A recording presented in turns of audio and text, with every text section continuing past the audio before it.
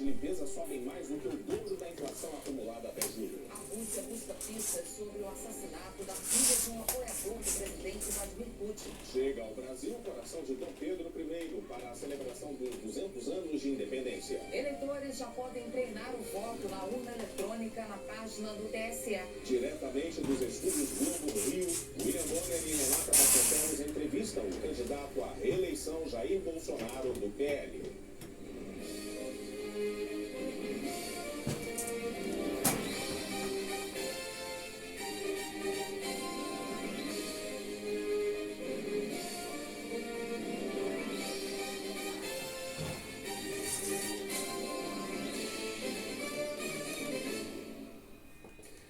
Olá, boa noite. Nós vamos entrevistar ao longo desta semana os candidatos à presidência mais bem colocados na pesquisa Datafolha de intenção de voto, que foi divulgada no dia 28 de julho.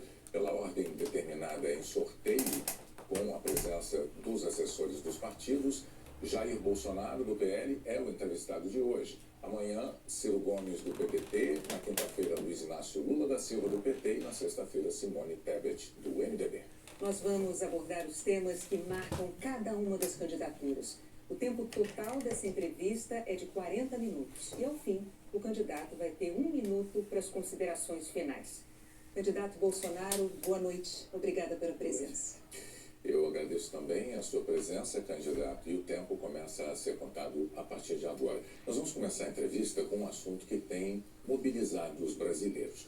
O senhor tem xingado ministros do Supremo Tribunal Federal, tem feito ataques sem prova nenhuma ao sistema eleitoral brasileiro.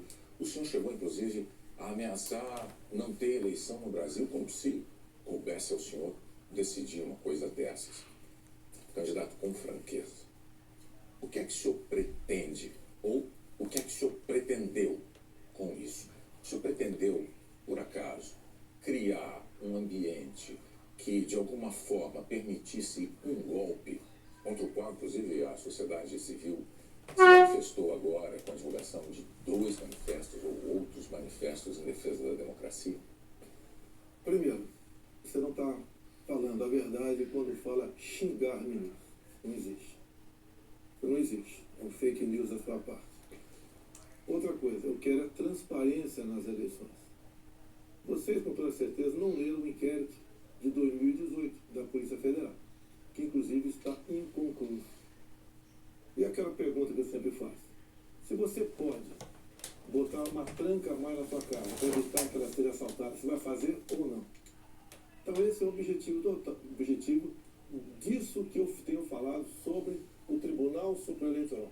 E outra coisa, em 2014, tivemos eleições, no segundo turno, o PSDB duvidou da lisura das eleições e contratou uma auditoria.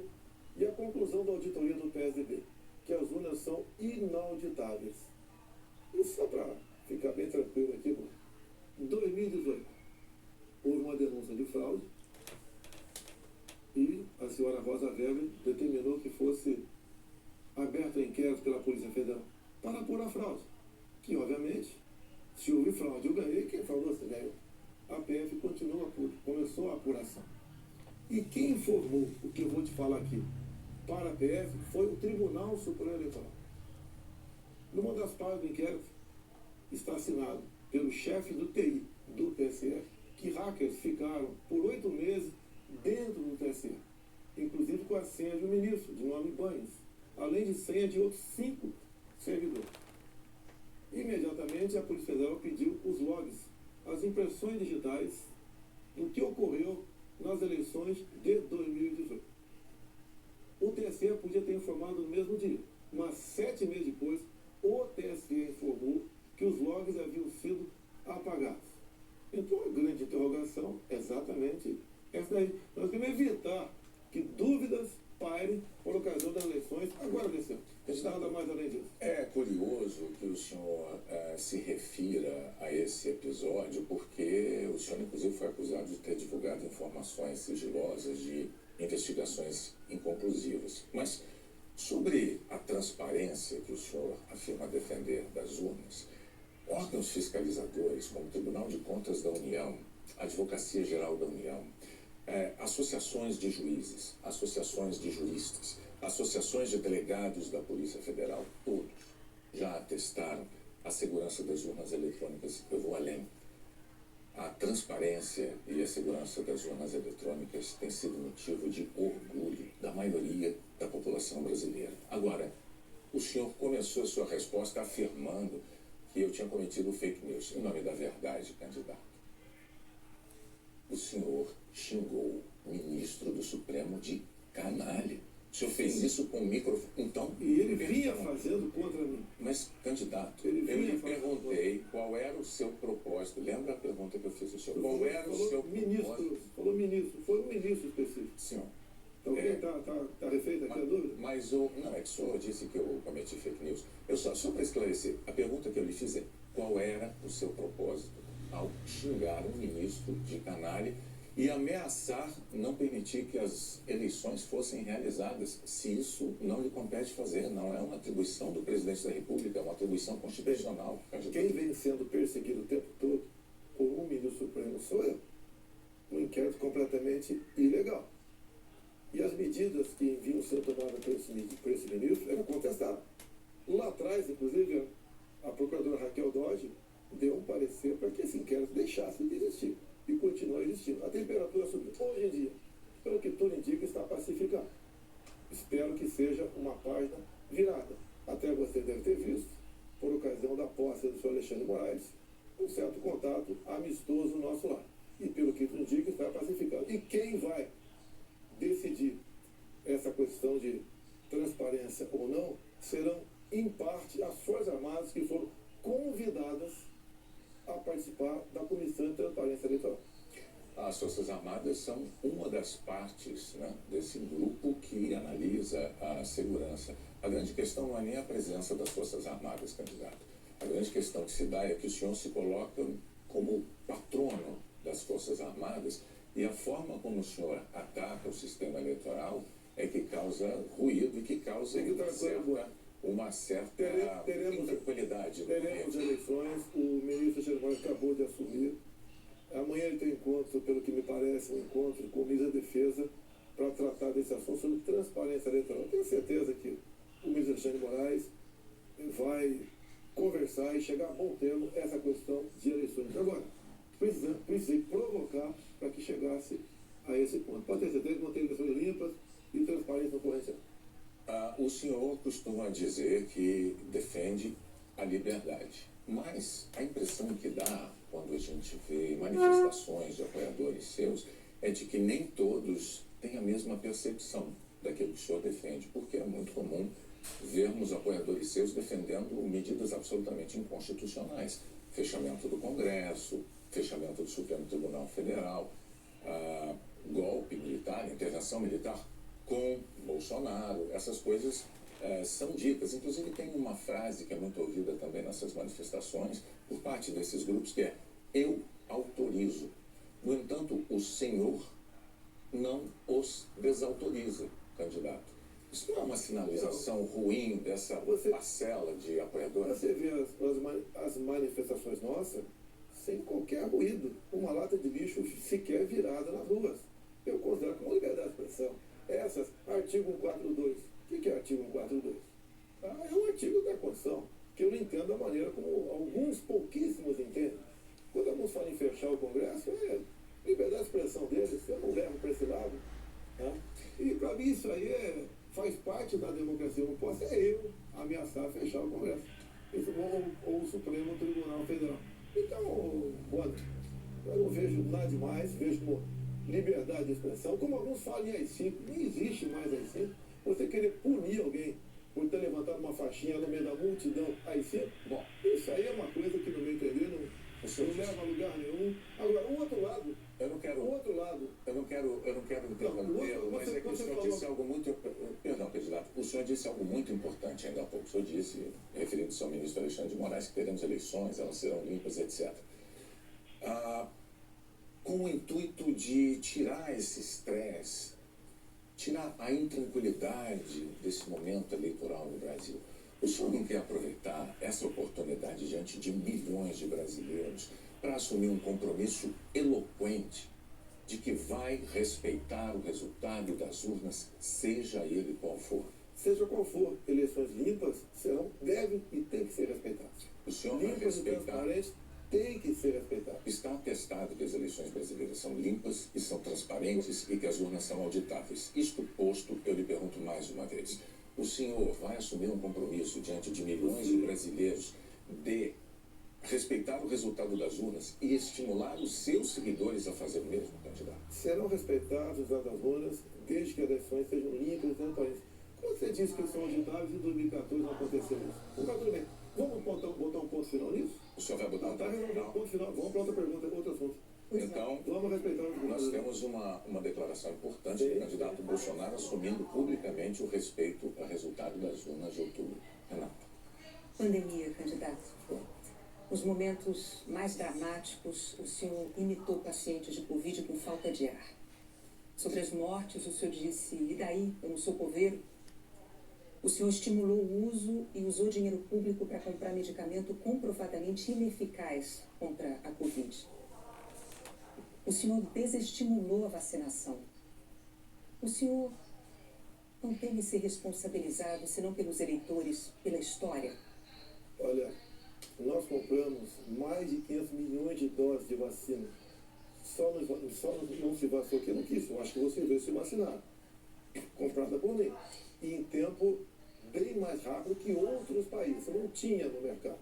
Não poderia eu, no primeiro momento, por exemplo, falar que devíamos assinar certos contratos, como por exemplo com a Pfizer, onde a Pfizer não garantia a entrega da vacina. A primeira vacina no mundo foi dada em dezembro de 2020.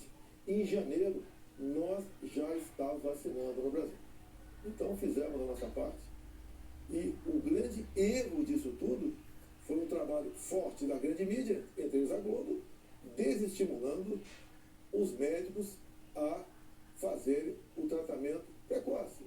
Que isso é conhecido como uma liberdade do médico. Quando algo é desconhecido, como até hoje é desconhecido, antes dos efeitos, possíveis efeitos colaterais da vacina, desaconselhar, inibir, ameaçar, caçar o registro de médicos. Isso que foi errado feito durante a pandemia. Mas, candidato, o senhor desestimulou a vacinação. O senhor não tem nada a ver com liberdade. O senhor chegou a dizer que quem tomasse a vacina poderia virar jacaré. Mas o senhor associou a vacinação ao vírus da AIDS. E mais, quanto às vacinas, a Pfizer esperou 93 dias por uma resposta quando a empresa procurou o governo para tratar de vacina. A Coronavac, o senhor desautorizou o ministro e chegou a suspender a compra da vacina. Não houve suspensão da minha parte. A questão da Pfizer. No contrato da Pfizer estava escrito: não nos responsabilizamos por qualquer efeito colateral. Outra coisa, a Pfizer não apresentou quais seriam os possíveis efeitos colaterais. Eu usei uma figura de linguagem. Jacaré.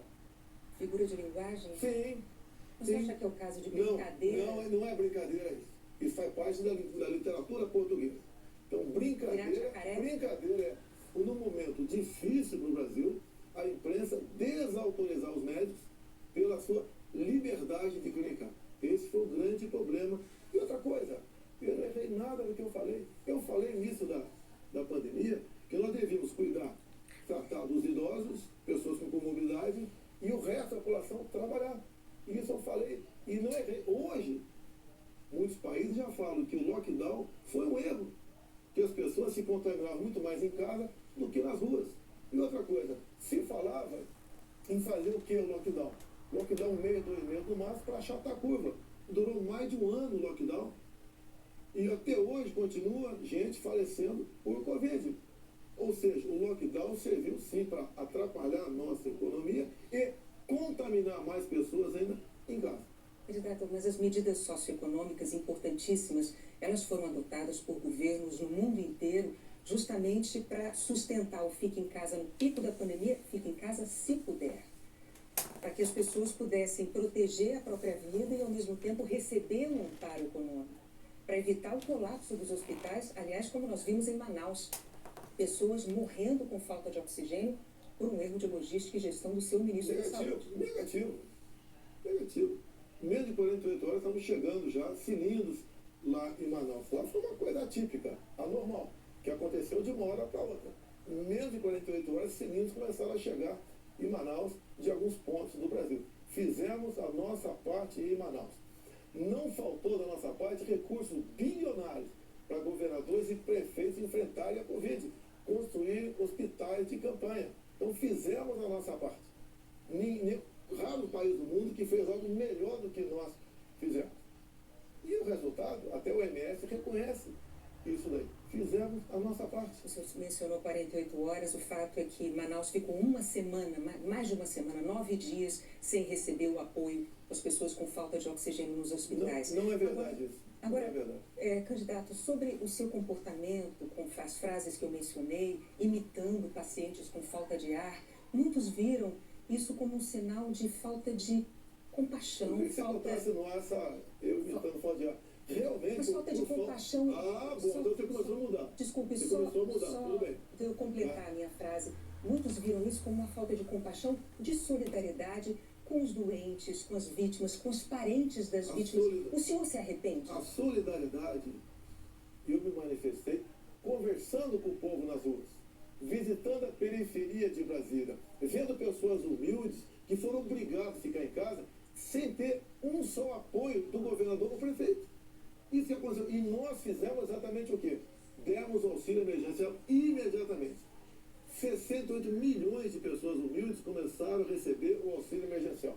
Eles estavam condenados a morrer de fome dentro de casa. O senhor não se arrepende das declarações? Ou ir para a rua, fazer o que não queriam. Poderiam ter um caos na rua, caos porque pessoas com fome iam para a rua. Criamos imediatamente auxílio emergencial. Fizemos a nossa parte. Demos tanto dinheiro para governadores e prefeitos que a gente não tem notícia de eles terem atrasado folha de pagamento ou até mesmo 13º. E quando tivemos a oportunidade de investigar fraudes, aquela CPI do circo feita por Renan Calheiros, Omar Aziz e Randolfo Rodrigues, não quiseram investigar os desvios de recursos enviados para 9 governadores do Nordeste.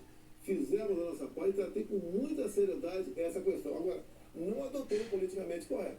Não estimulei. Inclusive, o que eu falei é que quando foi decidido o que era essencial, o trabalho essencial, eu falei, deve ser todo aquele necessário para o homem ou a mulher levar o pão para dentro de casa. A própria MS concordou comigo nessa Então o senhor chama isso de politicamente incorreto? O senhor não se arrepende do seu comportamento, das frases que fez, imitando pessoas com falta de ar, como solidariedade com as famílias? Você acabou de falar que eu não imitei falta de ar e voltou a falar em falta de ar novamente. Você voltou a falar em falta de ar novamente. 700 mil mortos. A minha pergunta é muito específica. O senhor se arrepende Lamento as mortes. Não tem que não perder um parente, um amigo. Lamento as mortes. Agora, não poderia ser tratada a Covid da forma como começou a ser tratada. E quando você fala em tratamento precoce, lembre-se que no protocolo do Mandetta tinha tratamento precoce lá, mas só em caso grave, onde eu não concordei com ele. No início, o protocolo do Mandetta era vá para casa, quando sentir falta de ar, procura um hospital. Eu falei, procurar para quê se não tem remédio? E não tinha vacina também naquele momento. Bom, vamos falar de economia. Eu só queria observar, a Renata não retirou observação sobre o fato de o senhor ter imitado pessoas com falta de ar. Ela disse, não. Ela disse que o senhor imitou gente com falta de ar e que faltou também a solidariedade. Foram as duas coisas. Isso eu não respondeu. Mas, candidato, o senhor já deixou claro que o senhor acha que mais brasileiros se contaminaram por ficar dentro de casa sem se expor. Não, o senhor disse isso. Nova York, mostra isso aí. O senhor disse isso.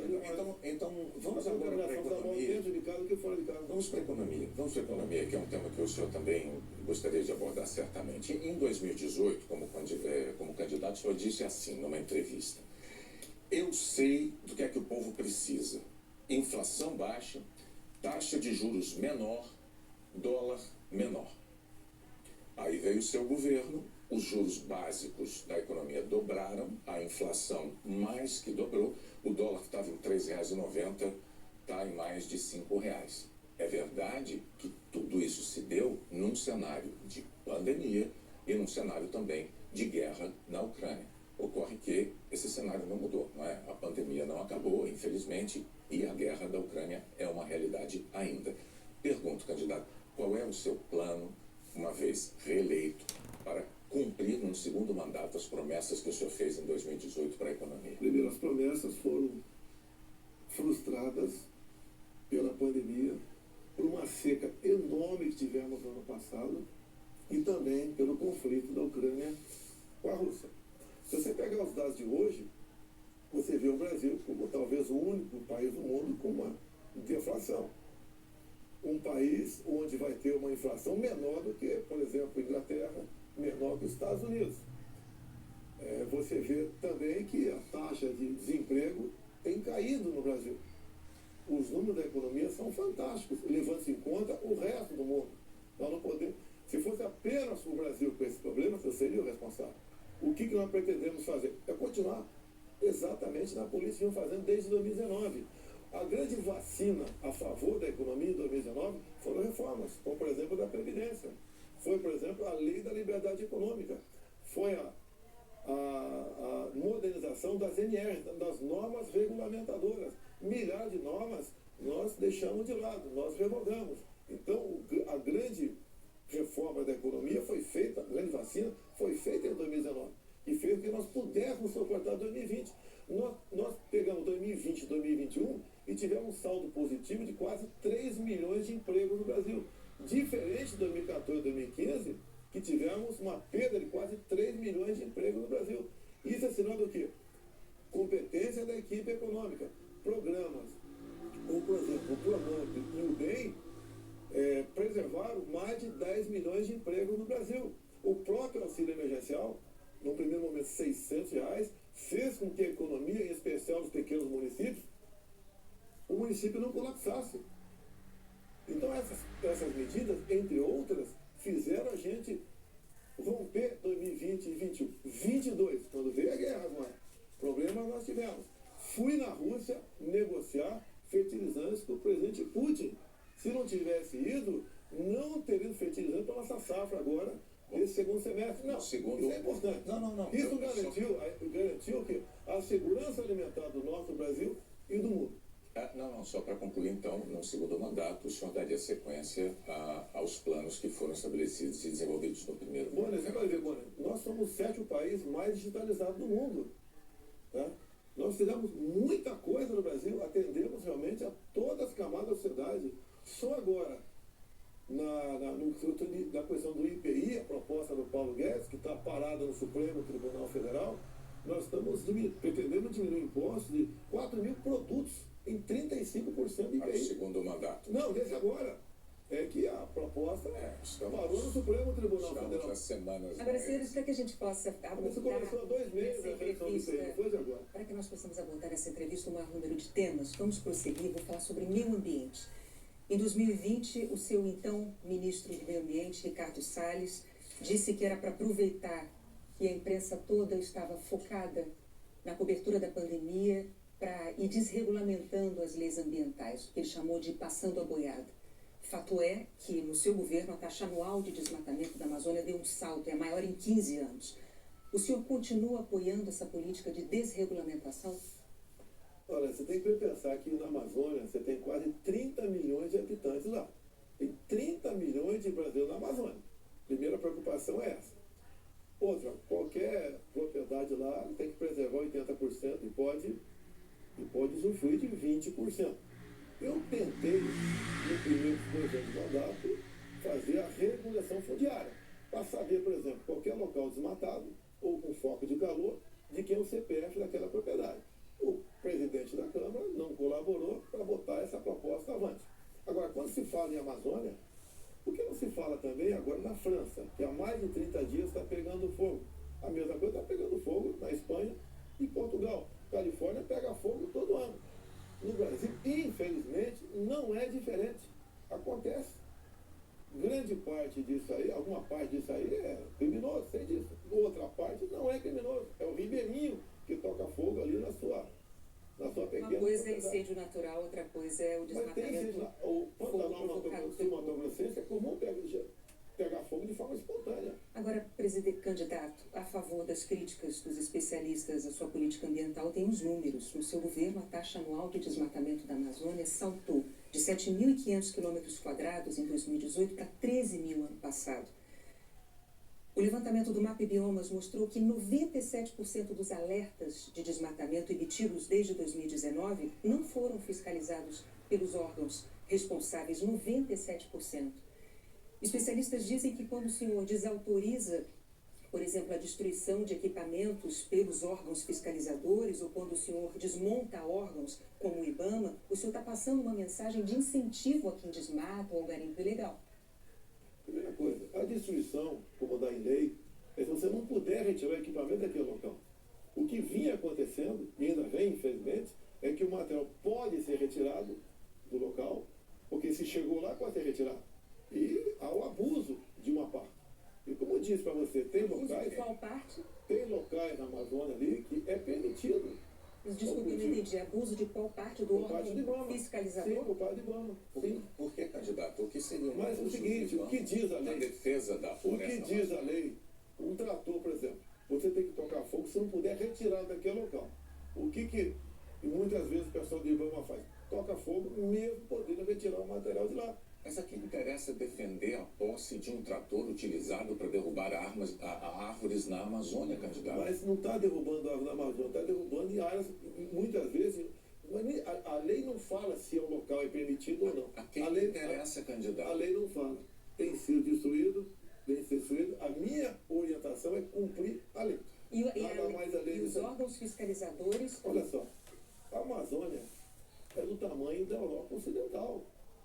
Ali na Amazônia cabe uma Alemanha, cabe uma França, cabe uma Itália, cabe um Portugal, cabe um montão de países. Você pensa que fiscalizar, evitar que pegar fogo... Mas só para entender, então, sobre a desautorização dos órgãos fiscalizadores para destruir equipamento apreendido. Não desautoriza, manda cumprir a lei. A lei fala que se o material puder ser retirado de lá, assim como entrou, não é para ser destruído. Mas com que propósito mesmo? Eu não entendi. Cumprir a lei. Pra Propõe, cumprir a lei. cumprir a lei. Faz lá Tem dentro, aqui, pra eu tenho você. aqui uma aspas, Tem eu quase tenho- 30 milhões de pessoas que têm que sobreviver. Eu tenho aqui uma aspas onde que o senhor diz que não é para queimar nada, maquinário nem trator. Mas vamos adiante, o fato é que sobre o meio ambiente, em 2018, o mundo tinha uma visão sobre o compromisso ambiental do Brasil. Hoje, o mundo vê o Brasil como um destruidor de florestas. No segundo mandato, o que o senhor vai fazer para mudar essa imagem? Primeiramente, destruidor de floresta. É uma mentira.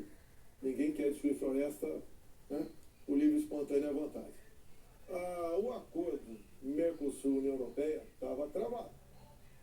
Com os problemas agora da guerra, Ucrânia, Rússia, a União Europeia quer acelerar o acordo conosco para o Mercosul. E vê mais, a Alemanha está usando combustíveis fósseis. Por quê? Se eram os países que diziam que nós devíamos cada vez mais buscar aí energia limpa. Concordo com eles. Mas a realidade é outra completamente diferente. Não é a realidade aquilo que aquilo que a gente acha que deve ser. É o que tem que ser. Países da Europa já estão em contato conosco, por exemplo, atrás do hidrogênio verde.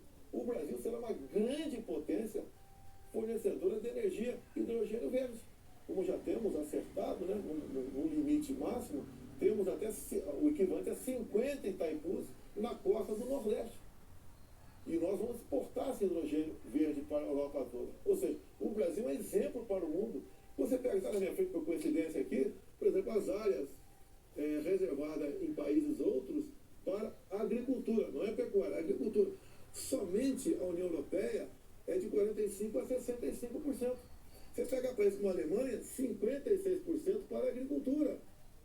Você pega o Reino Unido, 63% para a agricultura. O Brasil preserva 2/3, 66% da sua área verde.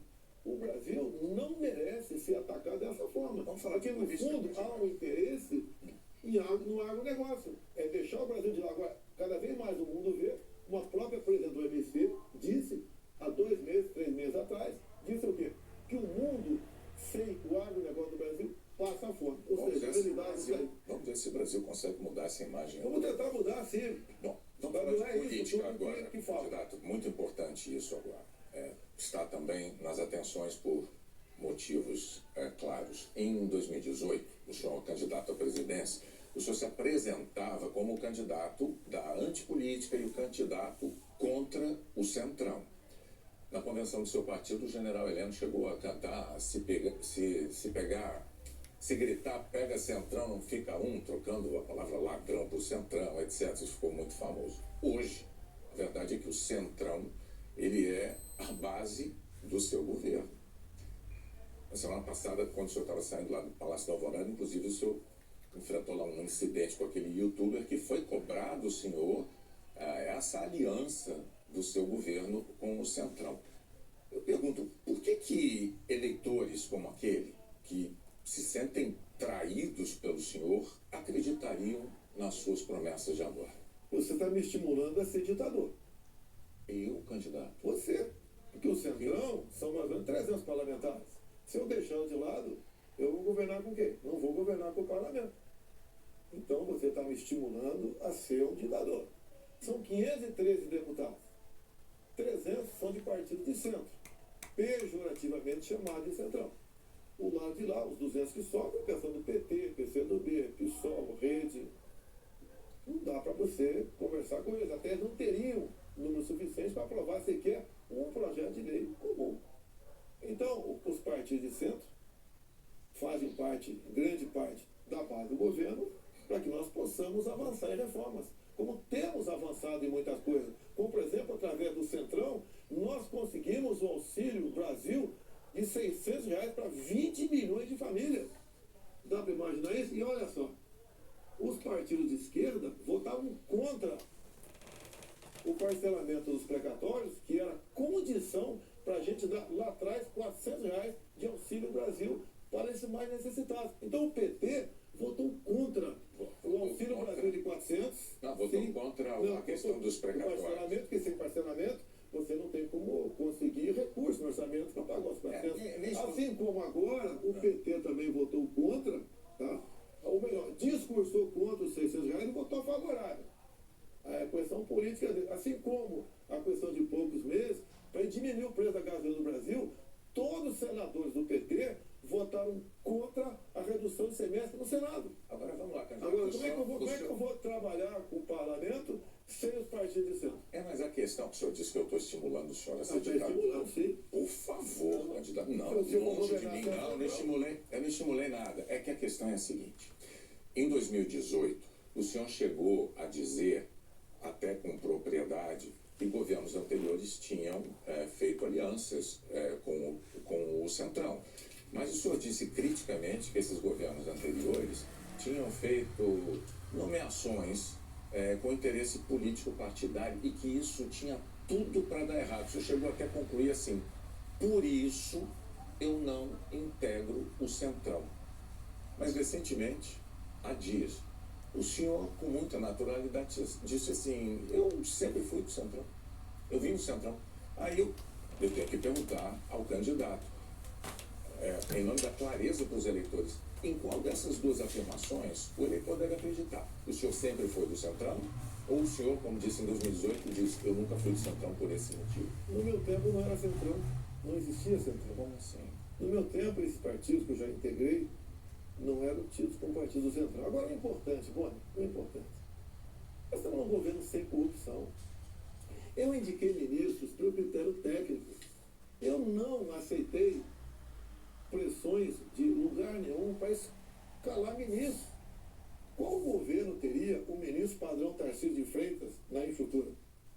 Padrão Marcos Pontes na ciência e tecnologia? Padrão a Tereza Cristina na agricultura? Padrão Gilson Machado no turismo, uma pessoa desconhecida até chegar no meu governo. Padrão Onick Lorenzoni, que eu coloquei como um coringa meu. Padrão Braga Neto, que esteve na defesa. Ou seja, padrão Salles, uma pessoa excepcional. Padrão atualmente ministro Juca do Meio Ambiente. Então essas pessoas que deram um impulsionamento ao governo. Estamos governando com competência e sem corrupção, porque não tem indicação política para esse ministério. Os vários ministros, então, aproveitando a deixa, eu vou falar de um tema importantíssimo para o futuro do Brasil, que é a educação. No seu governo, o senhor indicou 5 ministros diferentes. Um deles caiu justamente por um escândalo de ter beneficiado pastores com dinheiro da educação e diz que foi a seu pedido no caso de um dos pastores. Qual é a dificuldade de escolher um bom ministro da educação? E muitas vezes, depois que a pessoa chega, a gente vê que ela não leva jeito para aquilo. Não foi só da educação. Ele teve acusação. Ele teve morte de prisão. Ele foi preso, inclusive. Agora, conseguiu habeas corpus logo em seguida. Agora, fiquei sabendo depois, né? Que o Ministério Público do DF foi contra a prisão dele. Agora veja só, Foi contra a prisão dele. Por quê? Não tinha nada contra ele. Se tiver hoje em dia, é outra história. Até aquele momento não tinha nada. A questão de ter 2 pastores, um que está no gabinete dele, qual é o problema? Agora, se ele faz besteira, e se essa pessoa... Agora, nós começamos a investigar o caso Pastores. Não foi a Polícia Federal. Nós começamos a investigar com a CGU. Agora, só na área da educação, o primeiro-ministro escolhido pelo senhor caiu depois de 3 meses porque, por causa de um escândalo, pediu que professores gravassem slogans de campanha seu. O segundo ministro praticamente fugiu do Brasil depois de ter insultado ministros do Supremo. O terceiro ministro nem chegou a assumir porque maquiou o próprio currículo. O quarto ministro envolvido no escândalo de corrupção. Quais são os critérios que o senhor usa para escolher um ministro de uma área tão vital para o futuro do país? As pessoas se revelam quando chegam. Atualmente, eu tenho um excelente ministro de educação. Acontece, igual um casamento, muitas vezes. Mas o senhor concorda que essa alta rotatividade prejudica? O ideal era não ter vários... O ideal era não ter rotatividade nenhuma, mas acontece. Outros ministros foram trocados também. Bom, agora, depois desse escândalo do MEC... Que escândalo do MEC, Boni? A saída do ministro... Mas a saída é escândalo, MEC? Não é escandaloso, candidato. Um ministro destinar dinheiro para a educação para 2 pastores dizendo que o presidente da República... Cadê o duto cadê o duto do dinheiro vazando ali? Cadê o dinheiro? Cadê o dinheiro aparecido? Você não sabe? E está me acusando? O senhor tem todo o direito de achar que não foi um escândalo. Nós vamos adiante. Depois do caso do ministro Milton Ribeiro no MEC, o senhor atenuou um pouco o seu discurso de que não havia corrupção no seu governo. Antes não tinha corrupção. Hoje, o senhor diz que os casos pipocam. Os casos pipocam de corrupção no seu governo. Bom, ao mesmo tempo, vão se acumulando denúncias de interferências suas na Polícia Federal, que é um órgão de Estado, não é um órgão de governo, e um órgão de Estado que o senhor prometeu prestigiar. Como é que o senhor explica para o eleitor essa mudança da sua postura da eleição de 2018 para cá, candidato? Primeiramente, quem me acusou de interferência da PF foi o ex-ministro Sérgio Moro. Falou que a prova da interferência estava numa sessão reservada nossa. Bem, eu não queria, a sessão foi gravada, eu não tinha obrigação de entregar ali a fita. O senhor teve 4 diretores gerais da Polícia Federal eu não tinha obrigação de entregar a fita. Entreguei a fita. Foi revelado, até com muitos palavrões na reunião de ministros. Não acharam nada. O que acontece? Eu, quando entrego o ministério para alguém, eu dou o ministério para aquela pessoa agir. Tá?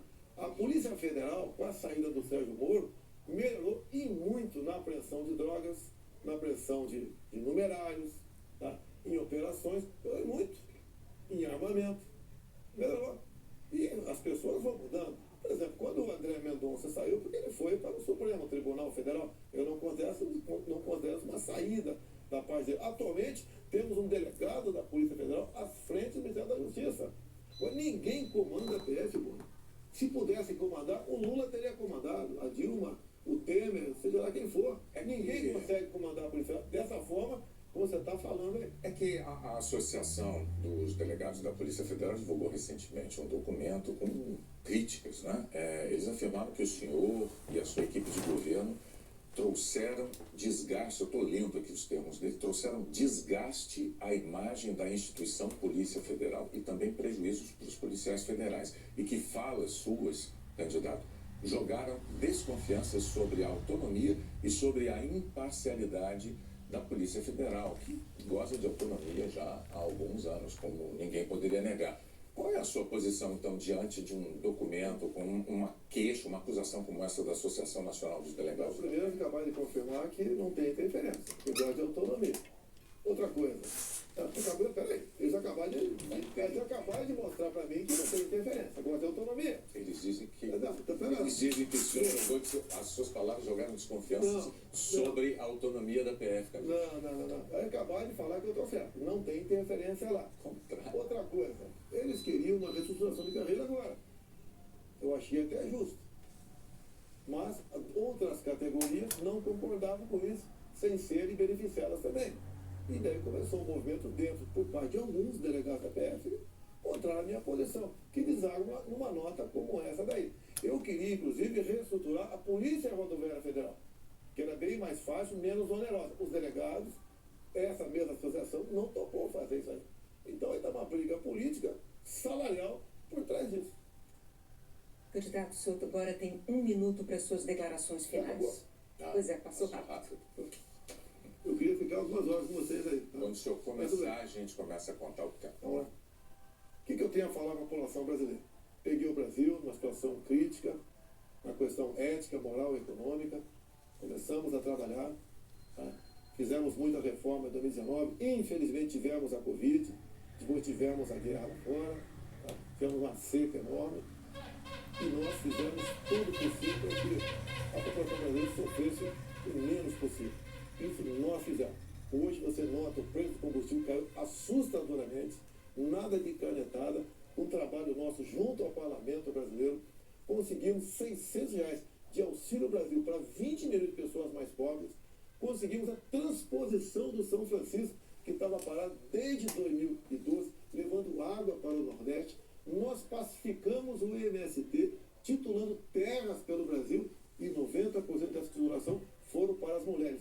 Criamos o PIX, tirando dinheiro de banqueiros, fazendo com que a população pudesse se transformar muitos em pequenos empresários, um PIX sem qualquer taxação em cima do PIX. Anistiamos 99% da dívida de 1 milhão de jovens junto ao FIES. Encerrou? Acabou. Muito obrigado aí, até a próxima. É boa, né? Renato, até a próxima. Candidato, mais uma vez, muito obrigado por ter vindo e por ter prestado esses esclarecimentos ao público telespectador, aos eleitores brasileiros. Nós voltamos ao estúdio do Jornal Nacional.